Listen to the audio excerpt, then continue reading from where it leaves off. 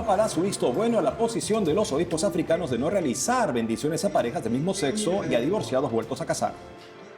El cardenal Víctor Fernández, cuyo dicasterio llamó a bendecir a parejas del mismo sexo, denuncia recibir mensajes amenazantes.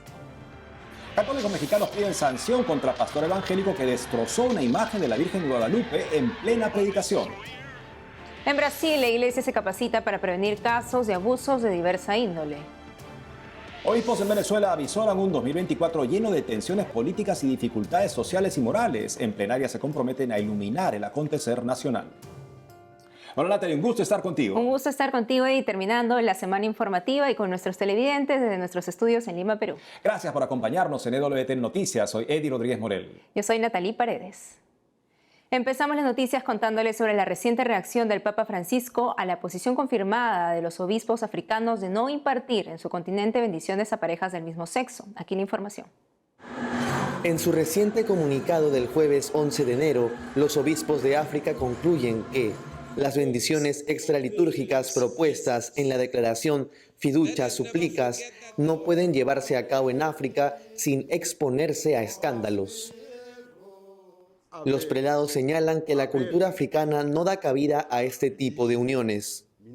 Ante esto, el Papa Francisco y el cardenal Víctor Manuel Fernández estuvieron de acuerdo con la decisión de los prelados africanos. Este consentimiento fue dado de forma privada a los obispos de África. Al empezar su pronunciamiento, los obispos dejan constancia del visto bueno del Santo Padre y del prefecto del dicasterio que promueve la bendición a las parejas del mismo sexo. El mensaje que les transmito hoy recibió el consentimiento de su santidad el Papa Francisco y de su eminencia el cardenal Víctor Manuel Fernández, prefecto del dicasterio para la doctrina de la fe.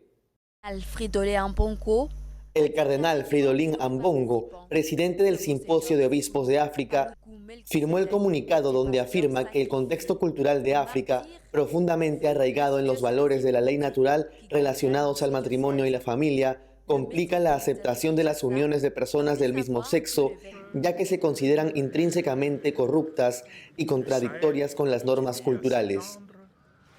En el manifiesto de 5 páginas, los obispos también resaltan que el lenguaje con el que está escrito la declaración Fiducia Supplicas es demasiado sutil para que la gente sencilla lo entienda. En su mensaje, las conferencias episcopales de África reafirman su comunión con el Papa y su fidelidad con el Evangelio. Además, recuerdan a los católicos del continente que la doctrina de la Iglesia sobre la homosexualidad y el matrimonio no ha cambiado, sigue intacta. Eddie, Fiducia Supplicans ha generado tanto opiniones favorables como desfavorables de la Iglesia Católica en el mundo, y los obispos africanos siempre han mantenido su firme oposición a este documento. ¿Qué opinas de que ahora el Papa le haya dado el visto bueno a esta oposición de los obispos africanos? Dado que el Papa no se pronuncia expresamente él sobre el tema, hay que recurrir a Monseñor Fernández. Y lo que él explica es que la única razón que podría justificar una negativa de parte de los obispos en África, cualquier obispo, es de tipo cultural o legal. Dado que en África hay una cultura, se entiende, no como la occidental, que sobre esos temas permitiría, sin ningún problema, las bendiciones como las plantea el documento Fiducia Supplicans. En África hay trabas culturales y legales. Por lo tanto, por esa razón se entiende que el Papa pueda darles esta licencia amplia para no proceder con lo que Fiducia Supplicans presenta como algo muy bueno, algo que en un contexto cultural se entiende más desarrollado, más racional, no sé cómo lo quieren plantear, sería de esperar, sería lo mejor. Pero si vemos la respuesta de los obispos africanos, justamente esta declaración, vemos que es muy diferente su planteamiento. Ellos comienzan de argumentos bíblicos, pasan argumentos del catecismo de la Iglesia Católica. La Biblia plantea la actividad homosexual como algo gravemente desordenado, una abominación, en fin, San Pablo contra la naturaleza del ser humano. El catecismo también plantea la doctrina y ellos exponen eso y dicen, además, por aspectos culturales. O sea, lo que para los africanos es un además, para Fernández acaba siendo la única razón contemplable para decirle no a algo que según él se podría hacer y se debería hacer en condiciones culturales como las que él aparentemente también quisiera ver en África, debería también hacerse sin ninguna dificultad. Y pienso en el hecho de que yo participo en un grupo de WhatsApp con amigos sacerdotes de muchas partes del mundo, también de África. Y recuerdo que ellos estaban escandalizados de el desprecio que significaba para ellos que este tipo de documento fuera publicado cuando ellos siempre que están en Roma, ellos siempre se manifiestan en contra de esto y lo consideran un tipo de claudicación, un signo de cómo se está pervirtiendo la sociedad occidental, y ellos justamente defienden en este momento la doctrina católica, y ellos entienden que están haciendo eso sobre todo y en primer lugar, y que salga este tipo de declaración, pues para ellos es inaceptable. Finalmente han entendido esto en la Santa Sede y han decidido darles esa licencia, si bien no por las razones que argumentan los africanos, que son sobre todo bíblicas y catequéticas, sino supuestamente por razones de índole cultural. Un último comentario que recuerda un amigo en estos días, porque justamente eso se publicó pocos días antes de Navidad. Y estamos hablando de naciones no mayoritariamente cristianas, o sea, que no es por razones culturales que la Navidad es importante, ahí es por razones de fe cristiana. Y uno preguntaba en este grupo de compañeros, sacerdotes de diferentes lugares, ¿qué lugar tiene la Navidad en el corazón de ustedes? Porque no podía entender que ellos pudieran estar tranquilos con una declaración de este tipo en días previos a la Navidad, cuando para ellos el hecho de que se publicara entonces esa declaración era una particular afrenta o dolor que no podían ni siquiera entender cómo otros no lo compartieran. Y con todo esto, Eddie, ¿de qué manera podríamos recordar ahora las palabras de Benedicto XVI cuando decía que África es el continente de la esperanza? Así es, y en efecto, Juan Pablo II decía, África sorprenderá al mundo. Y no sorprenderá al mundo simplemente porque tiene una cultura, unas leyes, en fin, que no están a la altura, digamos, de los tiempos, sino es una nación que ha encontrado en el Evangelio la confirmación de lo que justamente presenta esta declaración de los obispos africanos, de una moral de derecho natural. Es algo que en efecto nosotros también tenemos, que Juan Pablo II nos volvió a enseñar de manera autorizada en el documento Veritatis Splendor. Pero ese documento lamentablemente en Roma ha sido archivado en los últimos años, de manera que las razones que tienen los africanos para defender la doctrina católica, que son también razones de índice de derecho natural, ahora nos parecen algo incomprensible porque el documento magisterial que nos recuerda esa enseñanza perenne católica lamentablemente no figura en el tipo de declaraciones que hemos recientemente emitidas desde la Santa Sede. Gracias, Eddie, por la reflexión. De nada. Mientras en África no habrá bendición a parejas del mismo sexo en la Basílica de San Pedro en el Vaticano, están listos para impartirlas. En rueda de prensa este jueves, el cardenal Mauro Gambetti, arcipreste de la Basílica, dijo que es para mostrar al mundo el rostro materno de la Iglesia y en línea con lo que pidió el Papa. La declaración Fiducia Supplicans sigue causando polémica en la Iglesia. Ahora su autor, el prefecto del Dicasterio para la Doctrina de la Fe, contó que recibe preocupantes mensajes. Veamos de qué se trata. El cardenal Víctor Fernández, prefecto del Dicasterio para la Doctrina de la Fe, reveló haber recibido hasta en 3 ocasiones mensajes amenazantes diciendo «te destruiremos», desde que publicó la declaración Fiducia Supplicans, que exhorta a bendecir a parejas del mismo sexo. En una entrevista al diario italiano La Stampa y publicada el jueves, el cardenal Fernández dijo que sentirse odiado no es agradable, sobre todo porque no existen elementos tan terribles que justifiquen esta dureza. Fueron sus palabras. En la entrevista, el prefecto del Dicasterio para la Doctrina de la Fe insistió en defenderse de las acusaciones de blasfemia o herejía en Fiducia Supplicans. Argumentó que la bendición, en el sentido de bendiciones pastorales no litúrgicas, no puede ser sacrílega ni blasfema porque no sanciona, califica, autoriza ni reconoce nada. De igual modo, remarcó que la enseñanza sobre el matrimonio no cambia y que la bendición no legitima la homosexualidad. En una segunda entrevista, esta vez a la agencia EFE, el cardenal Víctor Fernández habló también sobre la polémica por su libro La Pasión Mística, que trata del orgasmo, publicado en 1998 y retirado de la venta. Al respecto, Fernández dijo que preveía las críticas de sus detractores. Reveló que el Papa Francisco tenía pleno conocimiento de esta publicación antes de proponerle el cargo de prefecto del Dicasterio para la Doctrina de la Fe. En México, católicos no dejarán impune el ataque de un pastor evangélico a una imagen de la Virgen de Guadalupe. Sobre esto y más informa nuestro corresponsal Diego López Colín. Estos últimos días se viralizó un video en el que se muestra un pastor evangélico destrozando una imagen de Nuestra Señora de Guadalupe. El protagonista es el pastor Kevin T. Wayne de la Iglesia Bautista Monte Sión, ubicada en Iztapalapa, al oriente de la capital mexicana. En el video se observa además cómo el pastor destruyó una imagen del culto satánico a la Santa Muerte. La plataforma mexicana Actívate lanzó una campaña en su sitio web denunciando que la intolerancia religiosa ha alcanzado niveles alarmantes en nuestra sociedad. En la campaña se argumenta que la destrucción de la imagen de la Virgen de Guadalupe va en contra de los principios fundamentales de respeto y tolerancia que deben prevalecer entre las diversas creencias religiosas en nuestro país. La campaña de firmas va dirigida a la Secretaría de Gobernación de México, a la que exigen tomar medidas concretas contra el pastor Kevin T. Wayne. De acuerdo con el artículo 8 de la Ley de Asociaciones Religiosas en México, estas deben respetar en todo momento los cultos y doctrinas ajenos a su religión. EWTN buscó a la Iglesia Monte Sión para una declaración, pero hasta el momento no se ha dado respuesta. Monseñor Hilario González, obispo de Saltillo, en el estado mexicano de Coahuila, dio a conocer sobre un nuevo robo eucarístico. El obispo también dio a conocer que la persona que realizó este acto ha quedado totalmente excomulgado de la iglesia. El hecho ocurrió durante la madrugada del lunes 8 de enero en la iglesia San Francisco en la ciudad de Saltillo. El obispo indicó que el robo se realizó forzando la herrería que protegía una de las ventanas del templo. Una vez dentro, señaló, extrajeron 2 sagrarios, uno que estaba en desuso y se encontraba en la sacristía y el otro que se hallaba en el presbiterio, el cual se reservaba en un copón las sagradas formas eucarísticas. Asimismo, el obispo invitó a todos los fieles a unirse en oración realizando actos de desagravio y fomentando el amor a Jesucristo en la Eucaristía. Los obispos de la frontera entre México y Estados Unidos emitieron una declaración conjunta instando a los gobiernos de ambos países a mejorar las condiciones para los migrantes y también para sus familias. Los prelados han propuesto una serie de medidas que incluyen incrementar y simplificar la concesión de visados. También animan a abrir corredores humanitarios seguros. Además, le pidieron a las autoridades ofrecer un alojamiento adecuado y decoroso para las personas en tránsito en cualquiera de ambos países. Para los menores de edad, demandaron acceso regular a la educación y prever programas de custodia temporal o de acogida. Sobre el tema económico, solicitaron dar a los migrantes la libertad de movimiento y la posibilidad de trabajar.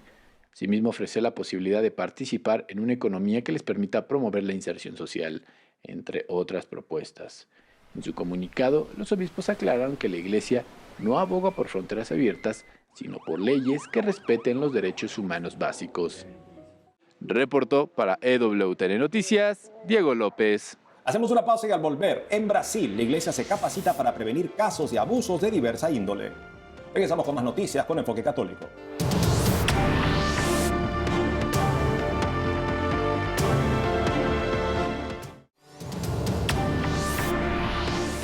En Brasil, la iglesia se capacita para prevenir casos de abusos de diversa índole. Sobre esto y más informa nuestra corresponsal Natalia Queiroz. La Administración Apostólica Personal San Juan María Vianney, que conserva la liturgia, la disciplina y las costumbres tradicionales, empezó el año con su clero reunido para un curso sobre la prevención de los abusos sexuales. 32 sacerdotes se reunieron del 8 al 10 de enero en la ciudad de Passa Quatro, en el estado de Minas Gerais, para profundizar en el tema del papel de la Iglesia en la prevención de abusos. El curso fue impartido por peritos de la Asociación Reconciliatio Desarrollo de la Persona, que se dedica a dar capacitaciones sobre la prevención de abusos en la Iglesia en Brasil. El padre Veraldo Bon Robert, responsable de la formación del clero, habló con EWTN Noticias sobre el curso. Nós temos uma preocupação muito grande. Nos preocupa mucho ya desde la formación de nuestros seminaristas que se formen de manera integral para que puedan conciliar e integrar las diversas dimensiones del ser humano, para que estén bien formados espiritual, doctrinal y humanamente y puedan cumplir su papel de pastores en el mundo de hoy. La Administración Apostólica Personal de San Juan María Vianney fue creada el 18 de enero de 2002 por el Papa San Juan Pablo II y fue erigida como circunscripción eclesiástica personal en el territorio de la diócesis de Campos. Conserva la antigua liturgia, disciplina y costumbres tradicionales. Tiene 40 presbíteros, su propio seminario, parroquias, asociaciones de fieles, institutos de vida consagrada y tribunal eclesiástico. Su administrador apostólico desde diciembre de 2002 es Monseñor Fernando Arias Rifan. El psicólogo Dante Aragón dijo que los temas tratados en el curso son concientización sobre los abusos en la iglesia, abusos de poder, de conciencia, de autoridad y espiritual, estrategias y caminos de prevención, las virtudes cardinales, la persona en comunión, papel de la mujer en la iglesia, la importancia de la afectividad y sexualidad, dimensión positiva de la prevención. No hay datos oficiales de denuncias de abusos sexuales en la iglesia en Brasil, pero sí información del gobierno sobre casos fuera de la iglesia. 200.000 denuncias de violencia sexual contra niños y adolescentes entre 2015 y 2021. Monseñor Rifan dijo que el curso responde al llamado de prevención hecho por el Papa Francisco a la Iglesia. Además, el último jueves, la Administración Apostólica fue al Santuario Nacional de Aparecida. Monseñor Rifan celebró la misa con el rito romano antiguo y la consagración a Nuestra Señora Aparecida, patrona de Brasil. Centenares asistieron a la celebración. Varias familias con niños pequeños y mujeres llevaron velo durante la Santa Misa. Monseñor Rifan dedicó su homilía a hablar de la importancia de la Virgen María, de la Eucaristía y de la unidad de la Iglesia. Hay mucha gente que prefiere la Eucaristía en su forma antigua, pero están desconectados de la Iglesia, desconectados del Santo Padre, del Papa. Sin esta unión no valemos nada, porque ahí es donde está el Señor, donde está Pedro está la Iglesia, donde está el Papa está la Iglesia. Y el diablo hace todo lo posible para que perdamos el amor a la Iglesia, perdamos el respeto al Santo Padre, perdamos la comunión con Él. Estas son las tentaciones del mundo de hoy. El padre Ívolo Fernando Latrónico me cuenta sobre la participación de jóvenes. La misa tradicional es muy hermosa por la sacralidad y el silencio, la idea de lo sagrado. Todos los ritos son muy ricos y eso atrae a los jóvenes. Vemos muchas familias jóvenes, muchas parejas con hijos, muchos niños, porque están encantados con la misa en sí. La Administración Apostólica profesa una fidelidad sin reservas al Santo Padre, el Papa. En Petrópolis, Natalia Queiroz, EWTN Noticias. Obispos en Venezuela avisoran un 2024 lleno de tensiones, frente a la cual trazaron sus propósitos en su primera asamblea plenaria del año. Sobre esto y más informa nuestro corresponsal Andrés Enríquez. Ya está todo listo para que este domingo la Arquidiócesis de Barquisimeto celebra a su patrona, la Virgen Divina Pastora, una historia de devoción que ha tocado la vida de muchísimas personas. Este año las autoridades esperan recibir a una cantidad aproximada de 3 millones de peregrinos que acompañarán a la Madre de Dios en su recorrido desde la iglesia de Santa Rosa hasta la Catedral Metropolitana de Barquisimeto, en lo que es la procesión más multitudinaria del país.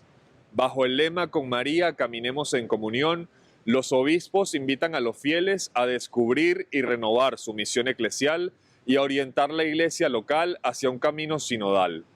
El viernes pasado se realizó la solemne bajada de la Divina Pastora, en la que la imagen, ya vestida con el traje que llevará el 14 de enero, fue bajada de su nicho en la iglesia de Santa Rosa hasta la nave central del templo. El acto inició con una misa presidida por Monseñor Osvaldo Araque, obispo de Guanare y administrador apostólico de la Arquidiócesis de Barquisimeto. En el momento en que ella se pone más cerca de su pueblo, para que el pueblo le honre, para que venga a pedir, para que venga a dar gracias, para que sienta esa cercanía del amor de nuestra Madre en sus corazones, en su familia.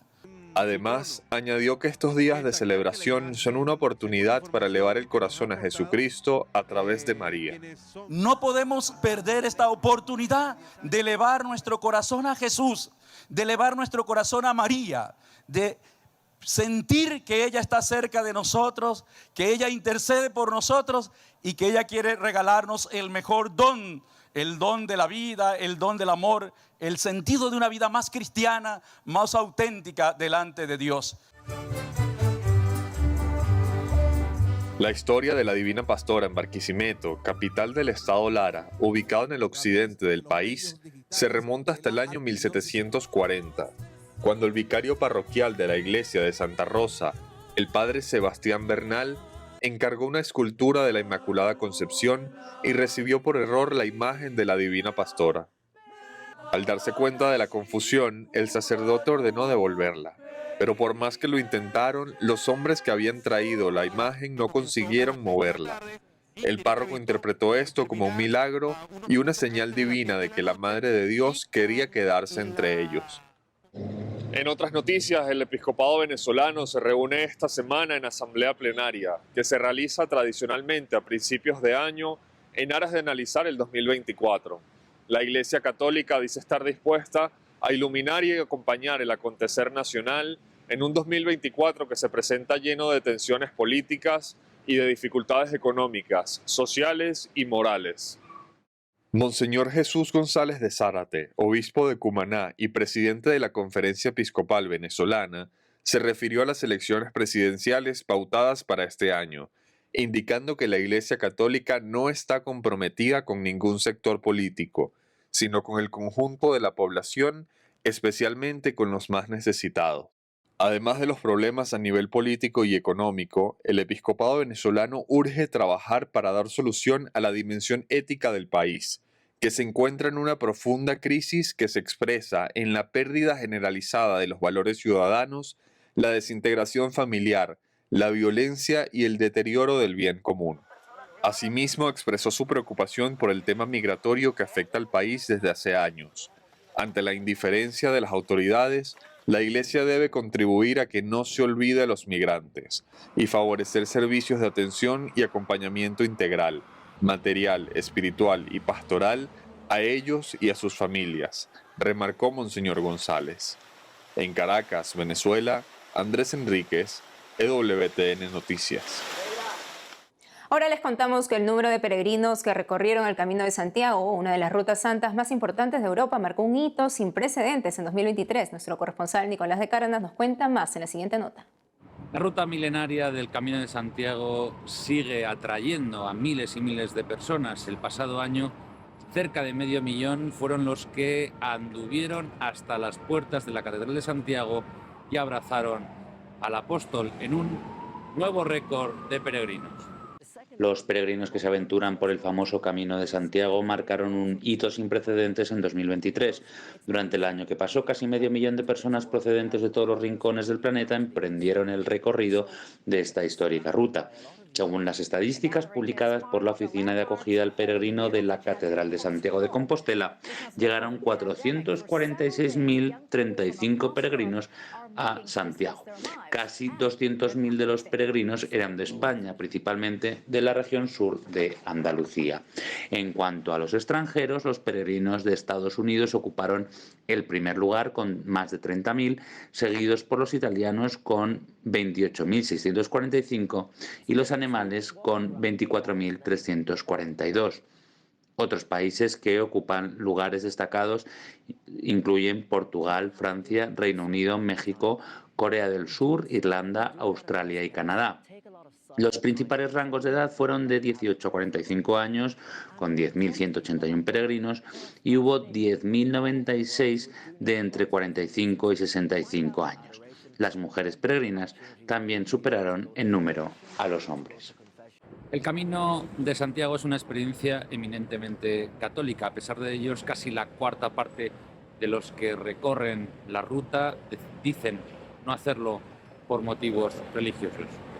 Es Dios quien sabe el camino que han recorrido sus corazones. Desde España, Nicolás de Cárdenas, EWTN Noticias. Hoy 12 de enero la iglesia celebra a Santa Margarita de Bourbois, la religiosa que fundó el primer convento sin clausura en la historia. El padre Martín Bertis, párroco de la parroquia del Santísimo Salvador de Pachacamac, en Lima, Perú, nos cuenta la historia de esta gran santa.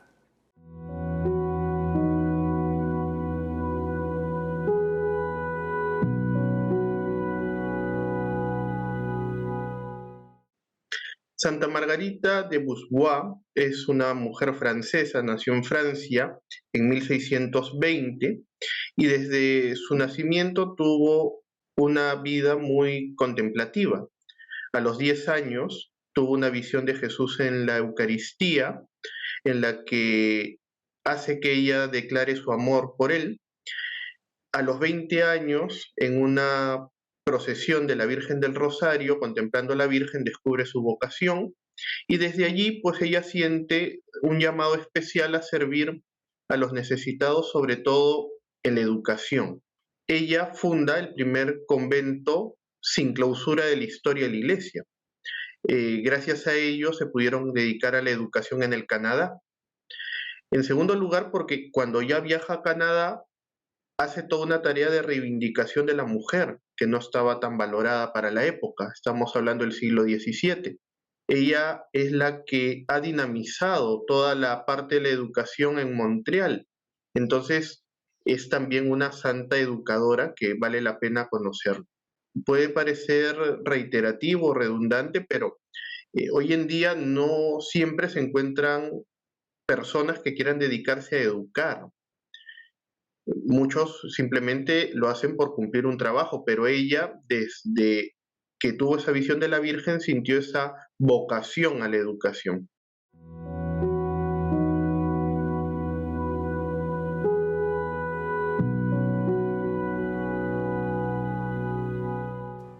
Amigos, hemos llegado al final del programa. Ha sido todo un gusto haber estado con ustedes. No dejen de seguirnos en las redes sociales y también de lunes a viernes a las 12 del mediodía hora de Miami en Radio Católica Mundial y su programa Más que Noticias con un servidor. Hasta entonces.